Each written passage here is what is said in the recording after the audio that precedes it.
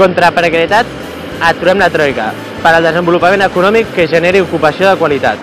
Aturem les retallades en beques Erasmus i enfortim la formació professional per assegurar el progrés laboral i garantir les igualtats d'oportunitats. No al feixisme, no a la xenofòbia, per una Europa de pobles germans. Construïm els països catalans. Duim la nostra veu en el cor d'Europa. Ningú ens impedirà decidir el nostre futur.